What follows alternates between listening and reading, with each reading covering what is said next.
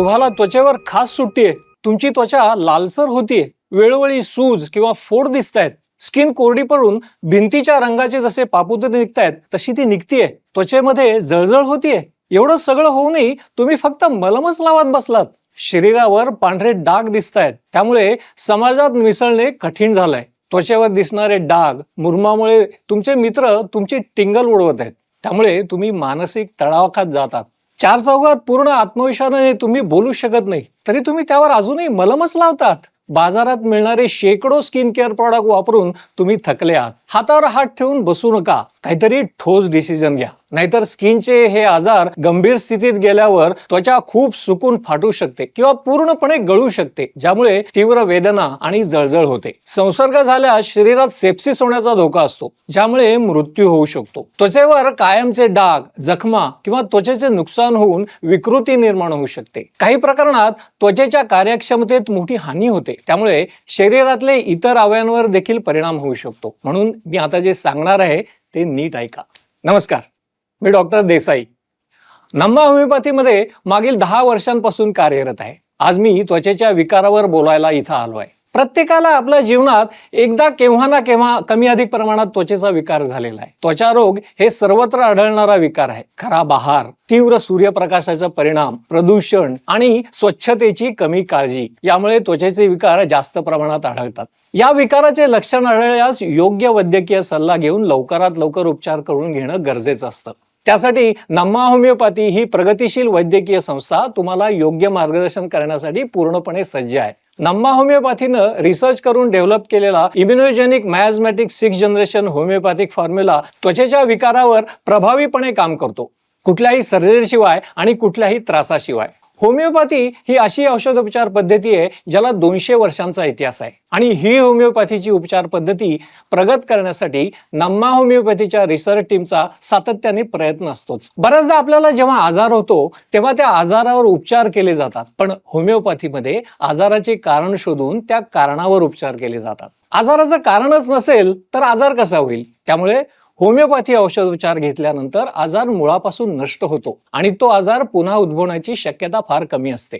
नम्मा homeopathy मागील 25 वर्षापासून homeopathy क्षेत्रात उल्लेखनीय काम करताना दिसत आहे. नम्मा होमिओपॅथी मधील 350हून अधिक अनुभवी डॉक्टर्स होमिओपॅथी औषधामध्ये विविध प्रकारचे संशोधन करून अधिक प्रभावी औषधे शोधून कमीत त्रासात आणि आपली जीवनशैली न बदलता कमीत पथ्य पाळून रोग्यांना कशा बरं करता याकडे लक्ष देते. नम्मा होमिओपॅथी भारतात 30हून अधिक शहरांमध्ये आपली सेवा देत आहे. आमचे प्रत्येक ब्रांच मध्ये होमिओपॅथी क्षेत्रातील तज्ञ डॉक्टरांची टीम रुग्णांना त्यांच्या त्रासातून मुक्त करण्यासाठी प्रयत्नशील असते. मिड डे न्यूजपेपर हेल्थ क्षेत्रावर भारतातील सर्वे करते आणि हेल्थ केअर ऑर्गनायझेशनला त्याची ट्रीटमेंट क्वालिटी आणि सर्व्हिस बघून रँकिंग देते. तर या सर्वे मध्ये मिड डे न्यूजपेपरने नम्मा होमिओपॅथीची 2024 मधील भारतातील नंबर 1 ची हेल्थ केअर ऑर्गनायझेशन म्हणून निवड केली आहे.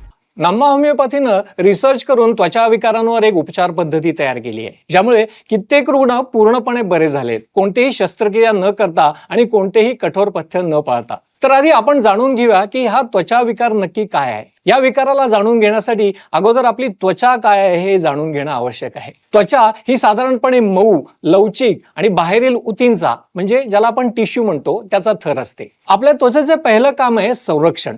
त्वचा शरीराच्या आतील अवयवांना बाह्य वातावरणापासून संरक्षण देते. जीवाणू, विषाणू, रसायनं आणि सूर्याच्या अल्ट्राव्हायोलेट वेब पासून संरक्षण करते. तसेच आपल्या शरीरातील तापमान नियंत्रणाचे काम त्वचेच्या घाम ग्रंथी करतात. त्या शरीराच्या तापमानामध्ये संतुलन राखण्याचा मदत करतात. घामाच्या माध्यमातून आपल्या शरीरातील उष्णता बाहेर टाकली जाते. तसंच काही अपायकारक पदार्थ सुद्धा बाहेर टाकले जातात. त्वचेला संपर्क भावना असतात, म्हणजे त्वचेतील मज्जातंतू शरीराला स्पर्श, तापमान, वेदना आणि दाब यांचा अनुभव देतात. तसंच त्वचा पाण्याचे संतुलन राखून शरीरातला ओलावा नियंत्रण करते. सूर्यप्रकाशात येताना व्हिटॅमिन डी तयार करण्याचे काम त्वचेचे असते, जे हाडांच्या मजबूतीसाठी आवश्यक असतं. त्वचा हे स्टोरेज हाऊस म्हणून काम करतं. त्वचा चरबी आणि पाणी साठवतं, जे आपत्कालीन ऊर्जेचा स्रोत असतात. त्यामुळे त्वचा हा आपल्या शरीराचा एक महत्त्वपूर्ण भाग आहे. पण या त्वचेमध्ये जेव्हा काही विकार होतात तेव्हा ती काही लक्षणं दाखवते, जसं की खाज येणं, त्वचेवर वारंवार खार सुटणं हे एक प्रमुख लक्षण असू शकतं. विशेषतः ॲलर्जी किंवा एक्झिमा सारख्या विकारांमध्ये हे होतं. दुसरं लक्षण म्हणजे लालसरपणा. त्वचेला लालसरपणा होणं, विशेषतः सूज असलेल्या भागात लालसरपणा येतो. बऱ्याचदा त्वचेवर फोड येतात, ते पाण्याने भरलेले असतात, ते जळजळ निर्माण करतात. डाग येणं हे त्वचा विकाराचं लक्षण आहे. पांढरे, काळे किंवा लालसर डाग त्वचेवर तयार होणं, जसे की सोरायसिस किंवा व्हिटिलिगोमध्ये होणं, हे आपण बघतो. काही केसमध्ये त्वचेला पुरळ येतं, जे सामान्यतः ॲलर्जी, संसर्ग किंवा त्वचेच्या इतर आजारांमुळे होतात. त्वचा कोरडी पडते, तिचे पापुद्रे निघतात, इन्फेक्शन झालं की त्वचेवर सूज येते. ही अशी काही लक्षणं त्वचेच्या विकारांमध्ये दिसून येतात. अशी लक्षणं दिसून आल्यास तुम्ही लवकरात लवकर नम्मा होमिओपॅथीच्या ब्रांचला व्हिजिट करून आमच्या तज्ज्ञ डॉक्टरांचा सल्ला घेऊन तुम्ही उपचार सुरू केले पाहिजे. आम्ही डेव्हलप केलेल्या immunogenic miasmatic 6th generation homeopathic formula तुम्हाला त्वचा विकारातून बाहेर काढण्यासाठी उपयोगी ठरेल. त्यासाठी आम्हाला एकदा अवश्य भेट द्या. आपल्याला एक कॉल येतोय. नमस्कार डॉक्टर. नमस्कार. माझं नाव वर्षा आहे. हं. आजकाल माझ्या हातावरती हलके पांढरे डाग दिसत आहेत. ते कोणत्या कारणाने दिसू शकतात? सहसा त्वचेतले मेलेनिन हा घटक कमी झाल्यामुळे आपल्याला त्वचेचा रंग पांढरा पडायला लागतो. तुम्हाला काही इजा वगैरे झाली होती का? नाही. म्हणजे हा ल्युकोडर्मा नाही. बरं, तुम्हाला हे डाग कधीपासून दिसत आहेत? सर, साधारणतः 15 ते 20 दिवस झाले. मग या 15 दिवसात तुम्ही काय उपचार केले? काहीच नाही. असं का? नाही, कधी दुखत नाही ना, आणि त्याचा कोणता त्रास नाही, म्हणून इतकं लक्ष नाही दिलं. असं करू नका. आपल्या शरीरात काहीतरी बदल झाला म्हणजे काहीतरी विकार झाला असेल ना. तुम्ही असं दुर्लक्ष करू नका. लगेच नम्मा होमिओपॅथीमध्ये जा आणि लगेच उपचार सुरू करा. 10-15 दिवस झाले म्हणजे अजून तुमचा आजार सिव्हिअर कंडिशनला पोहोचलेला नाही. नाहीतर तुम्ही विटिलिगोच्या विळख्यात सापडू शकता. ठीक आहे सर, मी लगेच नम्मा होमिओपॅथीला व्हिजिट करीन. थँक्यू. धन्यवाद मॅडम. बघा, व्हिटिलिगो म्हणजे कोड आणि ल्युकोडर्मा यात सारखी लक्षणं दिसू शकतात, पण याची कारणं वेगवेगळी आहेत. ल्युकोडर्मा हा बाह्य कारणांमुळे होतो, तर कोड हा एक प्रतिकार यंत्रणेच्या बिघाडामुळे होणारा आजार आहे, म्हणजे ऑटोइम्युन आजार आहे. म्हणून तुम्हाला पांढरे डाग दिसत असतील तर तो नेमका कोड आहे का ल्युकोडर्मा आहे हे फाइंड आउट करणं खूप गरजेचं असतं. त्यासाठी तुम्ही नम्मा होमिओपॅथीला व्हिजिट करणं आवश्यक आहे. बघा, स्किन डिसऑर्डरची इन जनरल अनेक कारणं असू शकतात. त्यातलं ॲलर्जी हे एक कारण असू शकतं. काही पदार्थ, खाद्यपदार्थ किंवा सौंदर्य प्रसाधनं वापरल्याने ॲलर्जी होऊन त्वचेला पुरळ, लालसरपणा किंवा खाज येऊ शकते. संक्रमण सुद्धा एक कारण असू शकतं, ज्यात बॅक्टेरिया, व्हायरस, बुरशी किंवा परजीवी यांच्यामुळे त्वचेवर संसर्ग होऊन विविध आजार होऊ शकतात, जसं की फोड किंवा फंगल इन्फेक्शन. तसेच अनुवंशिकतेमुळे सुद्धा काही त्वचेचे आजार होऊ शकतात, जसे की सोरायसिस किंवा एक्झिमा, कोड किंवा ल्युकोडर्मा, जे कुटुंबातल्या सदस्यांमध्ये आढळू शकतात. हार्मोन्स मधील बदल हे स्किन डिसऑर्डरचं एक महत्वाचं कारण असू शकतं. हार्मोनल असंतुलनामुळे विशेषतः किशोरवयीन मुलांमध्ये किंवा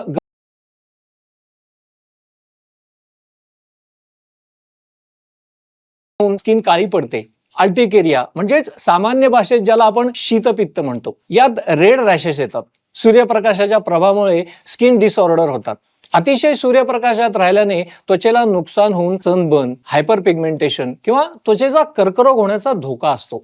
आपण बघतो आजकाल वर्कलोड इतकं झालं ना की सतत तणावच असतो. त्यामुळे सुद्धा त्वचा विकार होऊ शकतात आणि आपली अयोग्य आहार आणि जीवनशैली यामुळे सुद्धा आपण त्वचा विकाराला आमंत्रण देतो. चुकीचा आहार, अपुऱ्या झोपेचे प्रमाण किंवा व्यायामाचा अभाव त्वचेवर परिणाम करू शकतात. ही विविध कारणं स्किन डिसऑर्डरच्या विकासात महत्वाची भूमिका बजावतात. नम्मा होमिओपॅथीने एक फॉर्म्युला तयार केलाय, immunogenic miasmatic 6th generation homeopathic formula. आपण याला सविस्तर जाणून घेऊयात. तर यातला पहिला शब्द आहे इम्युनोजेनिक. यातील इम्युनो म्हणजे आपली रोगप्रतिकार शक्ती, म्हणजे आपलं मेडिसिन रोगप्रतिकार शक्ती वाढवण्यात भर देतं. तसेच जेनिक म्हणजे जेनेटिक्स, म्हणजे तुमच्या शरीरात जे जीन्स आहेत ते फॅमिली जीन्स असतात. त्यात जे रोग आलेले असतात ते तुमच्या आई वडिलांकडून तुमच्याकडे आलेले असतात. त्याला पण आम्ही कव्हर करण्याचा प्रयत्न करतो. त्यासाठी इम्युनोजेनिक मेडिसिन आहेत. मायाझमॅटिक म्हणजे तुमचा जो त्रास आहे त्याला आम्ही बघतो की तुम्हाला कशामुळे त्रास होतोय, त्याच्या मुळापर्यंत आम्ही जातो. त्याच्यावर आम्ही तुमच्या शारीरिक आणि मानसिक रचनेनुसार औषध देतो. आणि 6th जनरेशन म्हणजे आताची जनरेशन आहे. या जनरेशन मध्ये सांगता येत नाही की कोणाला कोणता त्रास होईल आणि कधी होईल. लहानांपासून मोठ्यांना सगळ्यांना त्रास होत आहे. आजकाल प्रत्येकाला त्यांच्या समस्येवर झटपट उपाय हवा असतो. म्हणूनच आजच्या जगाच्या जीवनशैलीनुसार आमच्याकडे 6व्या पिढीचं औषध आहे. आधीच्या काळात arthritis, varicose Wien, sugar, BP हे आजार लोकांना 50च्या नंतर व्हायचे. पण आता कोणत्याही वयात होतात. कोणत्याही वयोगटात आमची औषधं इफेक्टिव्ह आहेत. आणि होमिओपॅथिक म्हणजे होमिओपॅथी ही एक वैकल्पिक चिकित्सा पद्धती आहे जी सिमिलिया सिमिलिबस क्युरंटूर या मूलभूत तत्वांवर आधारित आहे. म्हणून या फॉर्म्युलाला आम्ही immunogenic miasmatic 6th generation homeopathic formula असं म्हणतो. त्वचेचे विविध प्रकारचे आजार आहेत. त्यामध्ये या आजारांवर उपचार करण्यासाठी आपल्याला रोगाचा सखोल अभ्यास करणं आवश्यक आहे. आणि हेच नम्मा होमिओपॅथीचं वेगळेपण आहे. आपल्याला एक कॉल येतोय. नमस्कार सर. नमस्कार, बोला. सर माझ्या स्किनवर छोटे छोटे फोड येऊन ते जखमेत बदलतात. खूप विचित्र वाटतं ते. काय उपाय करू मी यावर? सांगतो. आपलं नाव आणि आपण कुठून बोलतात? मी स्वाती गोदने बीडवरून बोलतेय. स्वातीजी, तुम्हाला जो त्रास होतोय तो इम्पोटिगो आजार असू शकतो. तुम्ही काही उपाय केलेत का यासाठी? हो, एका क्लिनिकमध्ये उपचार चालू केले होते. मलम वगैरे लावलं की बरं वाटतं. मग मलम बंद झाला की पुन्हा हा त्रास सुरू होतो. बघा, स्किन ही शरीराचा आरसा असते. कधी कधी शरीरात काही त्रास झाला तर तो तुम्हाला स्किनवर दिसतो. मग याचा अर्थ असा नाही की तुम्हाला स्किनचाच प्रॉब्लेम आहे. आपण काय करतो की स्किनवर काही दिसायला लागलं की लगेच त्यावर काही ना काही मलमच लावतो किंवा त्या प्रकारचे काही उपचार करतो. पण स्किनवर तो प्रॉब्लेम कशामुळे उद्भवला आहे याच्या मुळापर्यंत आपण जात नाही.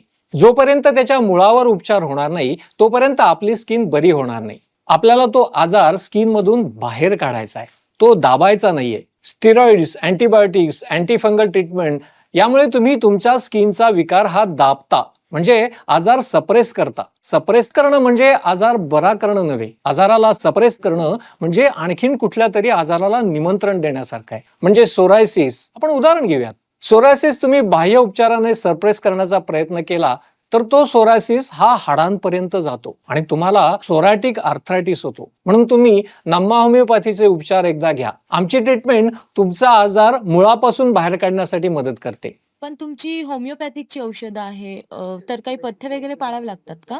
काही कठोर पथ्य तुम्हाला पाळावे लागणार नाहीत. आमच्या इम्युनोजेनिक मयाझमॅटिक 6th जनरेशन होमिओपॅथिक उपचार पद्धतीच्या युनिकनेसमुळे तुमचे फार अल्प पथ्यात उपचार केले जातील.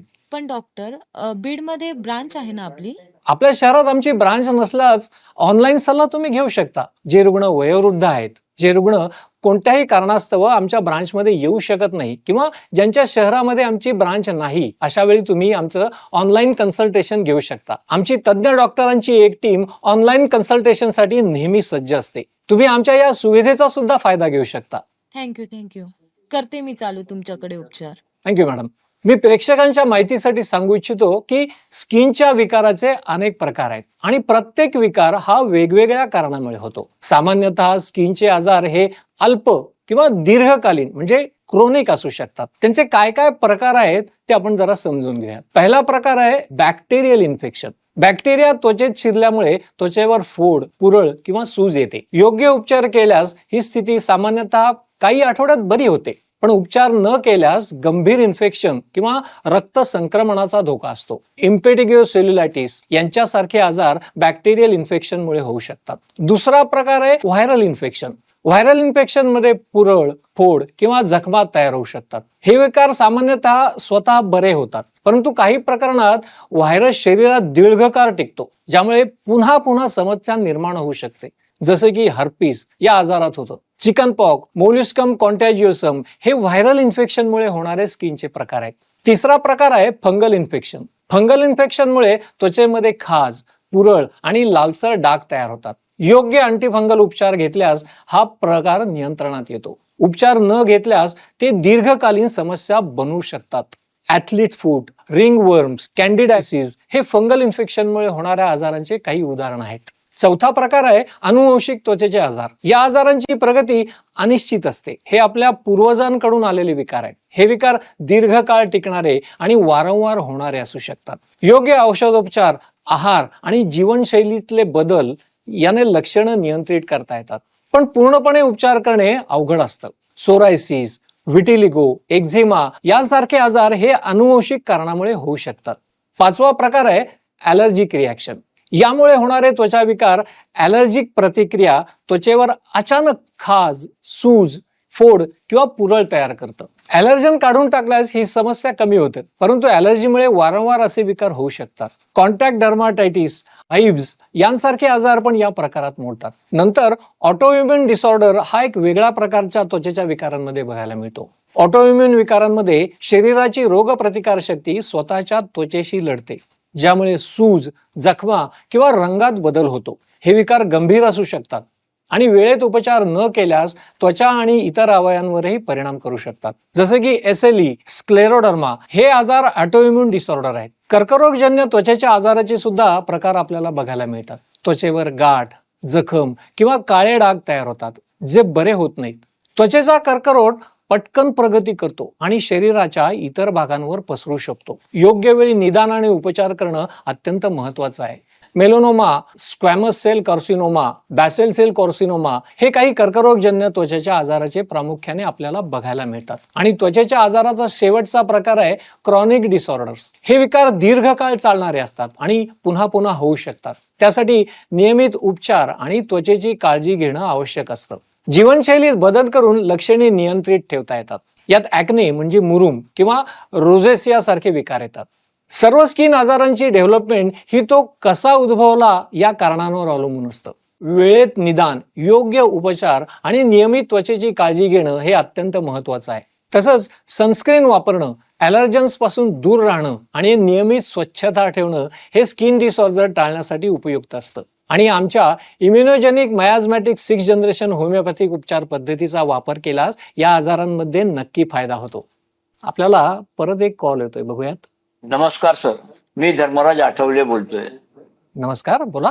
सर, मला त्वचेवर लालसर जाड चटके तयार होतात, त्यावर पांढरी टिक्की, असं म्हणा की चांदीच्या रंगाचे खवले असतात. या टक्क्यावर खूप खाज सुटते आणि काही वेळा जळजळ सारखं वाटतं सर. तुमचं वय काय आहे? 68 वर्ष सर. धर्मराजजी, ही लक्षणं सोरायसिसची असू शकतात. सोरायसिस हा एक दीर्घकालीन ऑटोइम्युन त्वचा विकार आहे की ज्यामुळे त्वचेच्या पेशींची वाढ सामान्यपेक्षा जास्त वेगाने होते. त्यामुळे त्वचेवर लालसर, जाड, खडबडीत पट्टे तयार होतात, ज्यावर पांढरं किंवा चांदीसारखे पापुद्रे असतात. हा आजार कोणत्याही वयोगटात होऊ शकतो, परंतु तो विशेषतः प्रौढांमध्ये अधिक सामान्य आहे. तुमच्या वयाच्या लोकांमध्ये हा सामान्य आहे. तुम्ही आमच्या ब्रांचला व्हिजिट करा आणि तुमच्या आजाराचं योग्य निदान करून घ्या. हो, येस सर. धन्यवाद. सोरायसिसमध्ये शरीराच्या प्रतिकारशक्तीचे कार्य बिघडतं, ज्यामुळे त्वचेच्या पेशींची वाढ ही अनियंत्रित होते. म्हणून याला ऑटोइम्युन त्वचा विकार म्हणतात. तसंच हा अनुवंशिकतेमुळे सुद्धा होतो. कुटुंबात सोरायसिस असलेल्या व्यक्तींच्या मुलांना याचा धोका अधिक असतो. संक्रमण, तणाव, त्वचेला लागलेली इजा, काही औषधं किंवा हवामानातला बदल हे आजाराला निमंत्रण देऊ शकतात. या सोरायसिसचे प्रामुख्याने 5 प्रकार आपल्याला बघायला मिळतात. त्यातला पहिला प्रकार आहे, जो सर्वसामान्य प्रकार आहे, तो आहे प्लाक सोरायसिस. यामध्ये त्वचेवर लालसर पट्ट दिसतात, ज्यावर पांढरे पापुद्रे असतात. दुसरा आहे गुटेड सोरायसिस. यात लहान लहान डाग शरीरावर दिसतात. हे विशेषतः मुलांमध्ये संक्रमणानंतर होऊ शकतात. तिसरा आहे इन्व्हर्स सोरायसिस. हा त्वचेच्या बारीक भागात जसं की बगल, सांधे या भागात होतो. हे भाग लाल चकचकीत दिसतात. त्यानंतर एक गंभीर प्रकारचा पोस्चरल सोरायसिस. यात हा पांढऱ्या फोडांसह त्वचा लालसर होते. आणखीन एक प्रकार म्हणजे एरिथ्रोडर्मिक सोरायसिस. यात त्वचेवर सूज येऊन ती लाल होते. हा सुद्धा एक गंभीर प्रकारचा सोरायसिस असतो आणि त्वचेचे मोठे नुकसान करू शकतो. शरीरावर लालसर किंवा चांदीसारखी पापुद्रे असलेले पट्टे येऊ लागले तर ते सोरायसिसचे लक्षणं असू शकतात. तसंच त्वचेवर खाज सुटणं किंवा जळजळ होणं, त्वचा कोरडी आणि फुटलेली असणं हे सुद्धा सोरायसिसचं लक्षण असू शकतं. जेव्हा सोरायसिस झाल्यावर आपले सांधे दुखतात किंवा सुजतात, तेव्हा सोरायटिक आर्थरायटिसचा धोका वाढतो. सोरायसिस असलेल्या व्यक्तींना सांधेदुखीचा आणि मानसिक आरोग्य समस्यांचा धोका अधिक असतो. म्हणून सोरायसिसचे उपचार वेळेत घेतलेलं बरं. तुम्हाला सोरायसिसची लक्षणं दिसत असल्यास नम्मा होमिओपॅथीला अवश्य भेट द्या. आमची immunogenic miasmatic 6th generation homeopathic उपचार पद्धती सोरायसिसवर प्रभावीपणे काम करते. बघूयात पुढचे कॉलर काय म्हणतात. हॅलो, नमस्कार सर. सारंगा पाठक बोलतोय. नमस्कार, बोला. हो सर, हो सर. मी एका CFR मध्ये काम करतो सर. तिथे माझ्या ओळखीच्या व्यक्तीला त्वचेमध्ये अचानक अशी सूज आणि पुरळ आली. हो, त्याची कंडिशन बघून मला असं खूप अस्वस्थ झालं सर. तर माझ्यावर पण अशी वेळ नको यायला, म्हणून मी त्वचेच्या आजाराबद्दल काय काय काळजी घेतली पाहिजे सर. तर काय सल्ला द्याल सर तुम्ही? सारंगजी, ही वेळ तुमच्यावरच काय कोणावरच येऊ नये अशी मी प्रार्थना करतो. स्किनच्या आजारांबद्दल योग्य काळजी घेण्याच्या काही महत्वाच्या बाबी आहेत. जसं की स्वच्छता राखणं, त्वचेला स्वच्छ ठेवणं महत्वाचं आहे. रोज नियमितपणे कोमट पाण्याने आंघोळ करावी. जास्त घाम येणाऱ्या भागांना विशेष स्वच्छ ठेवणं गरजेचं असतं.